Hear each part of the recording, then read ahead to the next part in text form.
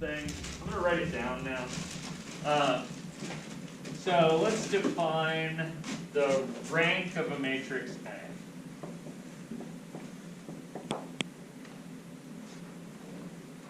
Okay, so I'm defining this to be the number of non-zero pivots.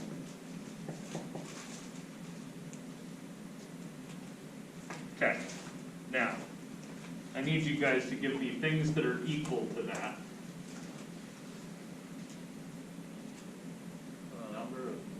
Equal to number of non-zero pivots. Yeah. So if I take A, right, and we'll ref it. Right. So like earlier I had some examples. So I had the matrix 1, 2, 3, 6, right? Yeah. When I ref this, I got the identity. Right. Oh no, I didn't. No. When I ref this, I got 1, 2, 0, 0, right? Yeah. Okay, so eliminate. This has one non-zero pivot. Right. So the rank of this matrix is 1. We did the rank of 1, 2, 2, 4 augmented. Oh, not augmented. Forget the augment right now. And what was the other row? 3, 8, 6, 16, I think? Yep. There's 2. Okay. We figured this one out. This was 2 because we row reduced this and got 1, 2, 2, 4, 0, 2, 0, 4. Okay, so pivot, pivot. That was my pivot for this one. Can you guys tell me what the rank of the zero matrix was? 3 by 3? Sure. Oh, Turns out it won't matter, but yes. Zero. It's 0 because yeah. So if I put a zero matrix, say n by n in here, right? This is always going to have rank 0. That feels a little funny. well, I mean, it's zeros. Yeah, it's zeros. But it specifies non-zeros. It does specify non-zeros. They wouldn't notice. They wouldn't really be pivots if they were 0. Yeah. Right. This is a little bit redundant. Whatever. How about the rank of the identity matrix? Or whatever. Say I is n by n. And Equals yeah, m. it's n. Yeah. Yeah. Yeah, so this one's a square identity matrix, as they often are. And by often I mean are. Right, so that one's always got rank n.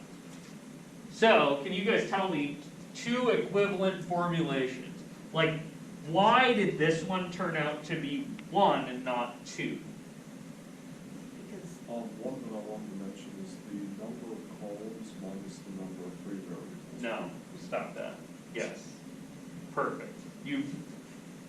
That goes over here. So I need you to come back over here with me. Come back over here, please. Okay, fine. So Ricky would. amount, it's like, there's only one thing in the diagonal. Like, that isn't 0. So Okay, yeah. So when we row reduced, right, we got only one kind of non-zero thing on the diagonal. Yes, absolutely. Why did the second one go away? Say that again? They're dependent. Yeah, the rows are dependent. Yeah. You guys see that? So, let's see. But why didn't this one? Why did I end up with 2 here? it's stuck on the scale. They're not still. Yeah, because the rows aren't dependent. You guys see that? So, it's the number of linearly independent rows? Could we use columns? Oh, no. Could you say columns? I regret asking that question. Could you? Is there a thing we did? about the number of linearly independent rows being the same as Yeah. the number of linearly independent columns? Yeah, there is a thing we did that said that. So, yeah, that's exactly the case, right? 1, 3, and 2, 6 are also linearly dependent. You guys see that? Over here, this would be kind of asking me to find 4 linearly independent vectors in a 2-dimensional space. That ain't gonna happen. There are 2, sure, those 2 vectors are linearly independent. But then this one times 2 is that one, and this one times 2 is that one. So this obviously has only 2 linearly independent columns. And another thing is, it could only have 2 linearly independent columns, because the columns are in R2 and they have to be, they take up a dimension when they're linearly independent. So, number of linearly independent columns. Okay, now we can go over here, and you can say your thing again. Alright, that, the rank is equal to the number of columns minus the number of free variables.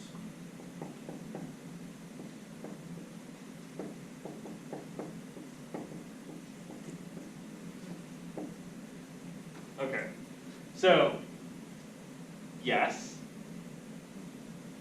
How do I know this?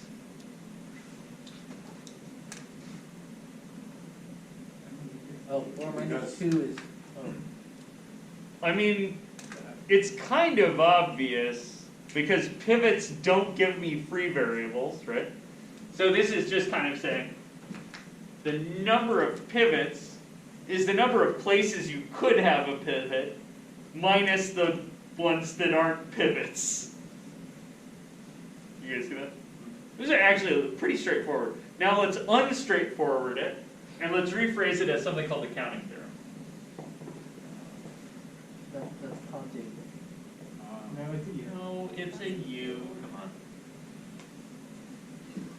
The song. I'm gonna date this video. I apparently have never thought of using the word count in a Wordle. Not sure why. It's actually a good Wordle word. Yeah. It's really not bad. You're on Wordle? Yeah, it's not bad. Bid on Wordle. Yeah. Streaks at 30. 30? Sick. Yeah, take that. I lost My my streak's at 20. my streak's at like 5 now because of Gora. Yeah, you got really screwed by that word. Yeah, as far as Ricky and I can tell, the word agora No. is a word that means we made this word up to to wreck your winning streak. Yeah. It's like agoraphobia. Yeah. Can't you- No, can't you- stop. Stop. It's a real- We're not playing Wordle right now. We're trying to do the counting theorem. Jeez, you guys are so easily distracted. All right, so let's rephrase this. Says the You professor brought it of up ADHD. I know. I'm aware. That was the joke. All right, so rephrasing this, I'm going to rephrase this as the dimension of the null space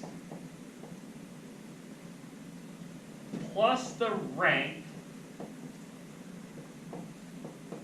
is equal to the dimension of the domain of A.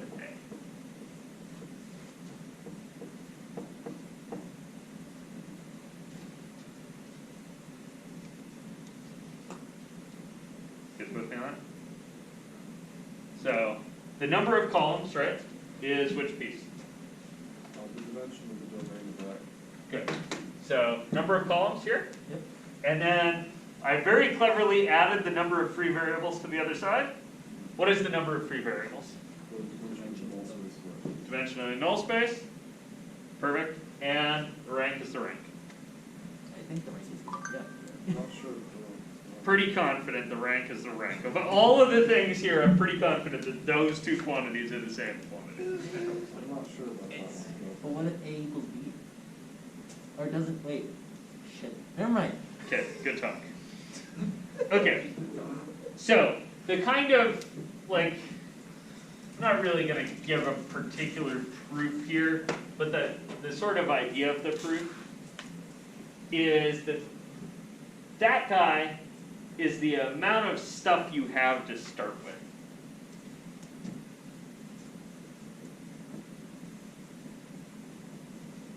And I'm instead of using the word stuff, which is super imprecise, I'm going to use the word directions.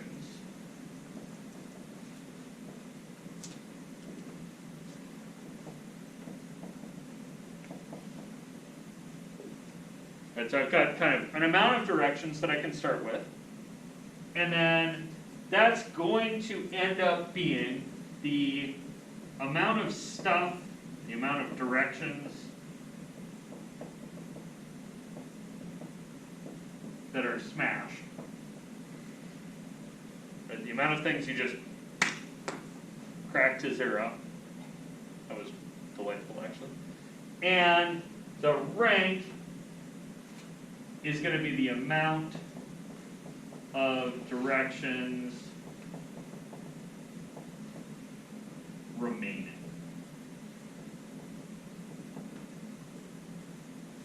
Does that make sense? So over here, this thing takes a two-dimensional space, smashes one direction of it, and so it has a one-dimensional image. This thing takes a four-dimensional space, smashes two of them, and has a two-dimensional image.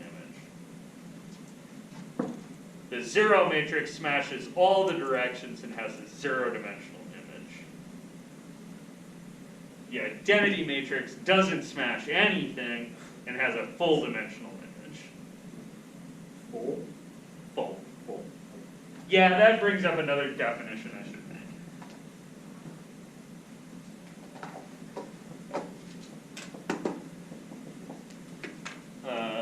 Where did I write this down exactly?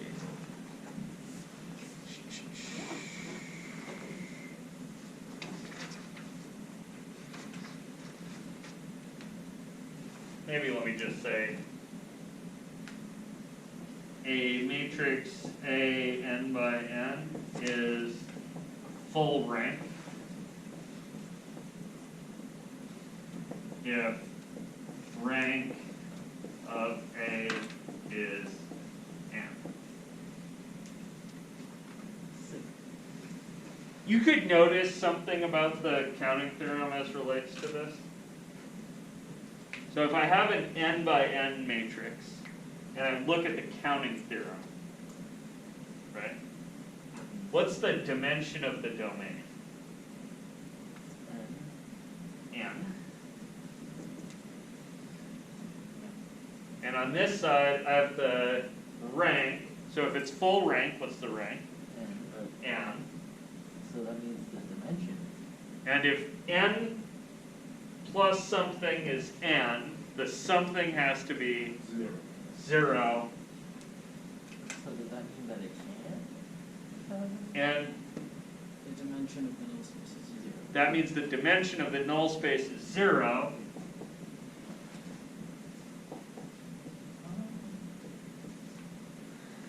So it's just a 0.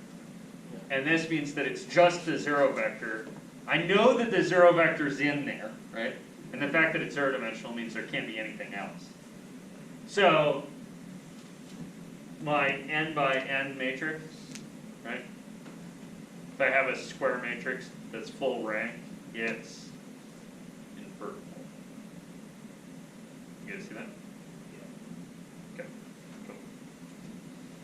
Alright, any questions about, so what I want you to take from this is the counting theorem, this guy, and this whole weird triangular dimension thing, or this whole weird triangular definition. So, rank is one of these three things, and all of these three things are the same thing. Good with that?